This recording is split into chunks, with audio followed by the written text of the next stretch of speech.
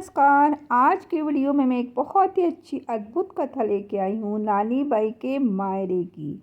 यह कहानी सिर्फ एक भक्त की नहीं है बल्कि उस प्रेम की है जो ईश्वर को भी मानव रूप में उतरने को मजबूर कर देती है। बहुत पुरानी बात है। महाराष्ट्र के पास एक छोटा सा गांव था, नागपुर के पास का बिदर गांव। वहीं रहते थे संत नामदेव महाराज, जिन्हें लोग प्यार से भक्त नामा कहते थे। वह भगवान विट्ठल पांडुरंग के परम भक्त थे। उनके जीवन का एक ही उद्देश्य था, हर पल प्रभु का नाम जपना, कीर्तन करना और सेवा करना। नामदेव दिन रात विट्ठल विट्ठल जपते रहते। गांव वाले कहते, नामा तो दीवाना है, इसे दुनियादारी की फिक्र नहीं है। परंतु नामा कहते, मुझे तो बस विट्ठल ही दिखते हैं, बाकी सब तो माया है। नामदेव की एक बेटी थी नानी बाई, सुंदर, सरल और अपने पिता जैसी ही भक्ति में लीन। वह भी हर रोज मंदिर जाकर प्रभु विट्ठल के चरणों में फूल चढ़ाती, भजन गाती। पिता पुत्री दोनों की जोड़ी गांव में प्रसिद्ध थी, भक्ति की मिसाल के रूप में। समय बीतता गया, नानी बाई बड़ी हुई तो गांव के एक प्रतिष्ठित परिवार में उनका विवाह हुआ।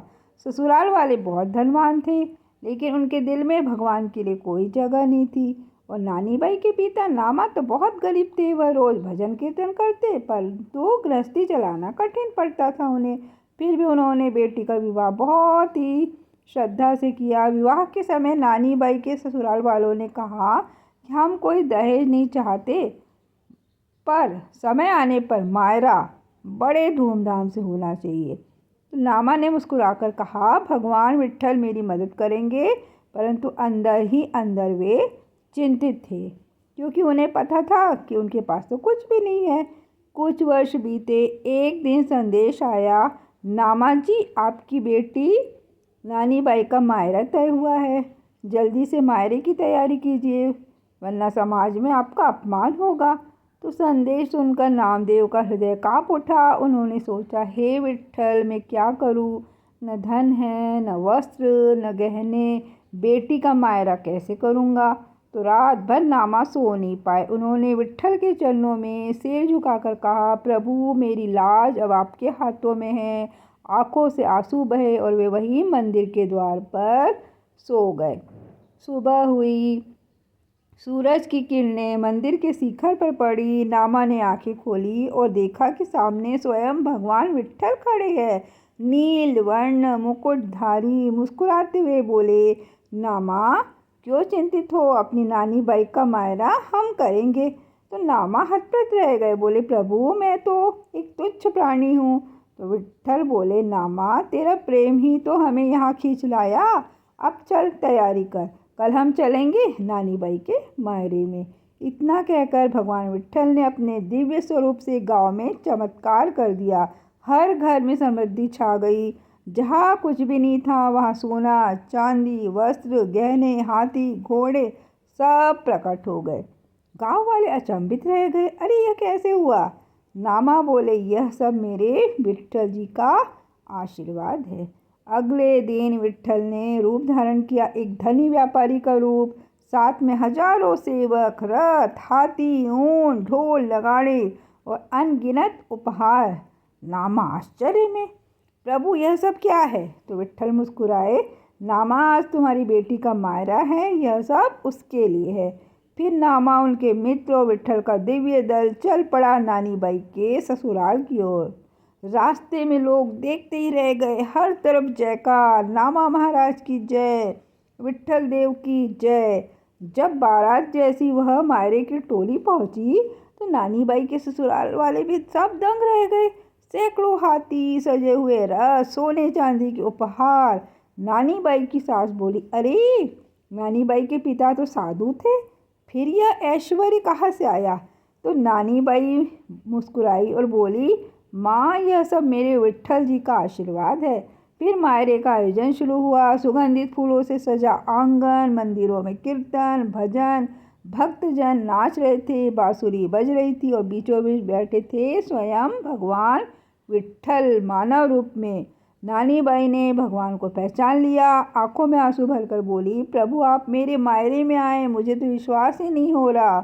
तो विट्ठल बोले, नानी बाई तेरे पिता ने मुझे पुकारा था तो कैसे ना आता मैं तेरे प्रेम के इस उत्सव में।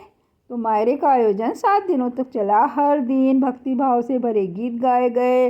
लोग कहते हैं कि उन दिनों विठोबा मंदिर में भी मूर्ति नहीं थी, क्योंकि भगवान स्वयं नानी बाई के मायरे में थी। तो 7वें दिन जब सब संपन्न हुआ, भगवान विट्ठल ने नामा से कहा, अब समय है लौटने का।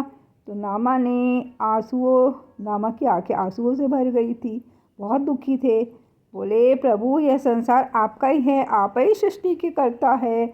आप मेरे जैसे तुच्छ भक्त पर कृपा कर दिए, ये क्या मेरे लिए कम है। तो विट्ठल मुस्कुराए और बोले, नामा जो मुझे सच्चे दिल से पुकारता है, मैं स्वयं उसके द्वार पहुंच जाता हूँ। तेरा प्रेम ही तेरा सबसे बड़ा धन है।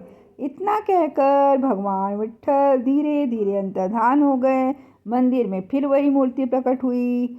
नामा और नानी बाई दोनों ने हाथ जोड़कर प्रणाम किया। आकाश में दिव्य संगीत गूंज उठा, जय विट्ठल, जय विट्ठल, जय नामा, जय नानी बाई। गांव भर में भक्ति की गंगा बह निकली। लोग कहते हैं कि नानी बाई का मायरा भक्ति की वह मिसाल है जहां भगवान खुद दूल्हे के रूप में आते हैं अपने भक्त की लाज बचाने। तो इस कथा का संदेश बहुत ही गहरा है। भक्ति में कभी अभाव नहीं होता। जो सच्चे मन से भगवान को पुकारता है तो भगवान स्वयं उसके जीवन में उतर आते हैं। नानी बाई का मायरा सिर्फ एक कथा नहीं है, बल्कि यह प्रमाण है कि प्रेम और विश्वास से बड़ा कोई धन नहीं। कभी सोचा है, आज हम सभी जीवन के मायरे में ही तो हैं। किसी के पास पैसा है पर शांति नहीं, किसी के पास साधन है पर संतोष नहीं, पर जिसने भक्ति का धन पा लिया वह सदा समृद्ध है, क्योंकि जहाँ प्रेम है तो वहाँ पर स्वयं भगवान है। यदि आपका मन भारी है तो बस एक बार आंखें बंद करें और कहे, विट्ठल विट्ठल नानी बाई के मायरे वाले मिट्ठल। यकीन मानिए प्रभु स्वयं आपकी झोली में खुशियाँ डाल देंगे। जय विट्ठल, जय नानी बाई। तो आपको यह वीडियो कैसे लगी, कृपया मुझे कमेंट के माध्यम से अवश्य बताइएगा। और वीडियो को पूरा देखने के लिए आप सभी का दिल से बहुत बहुत आभार।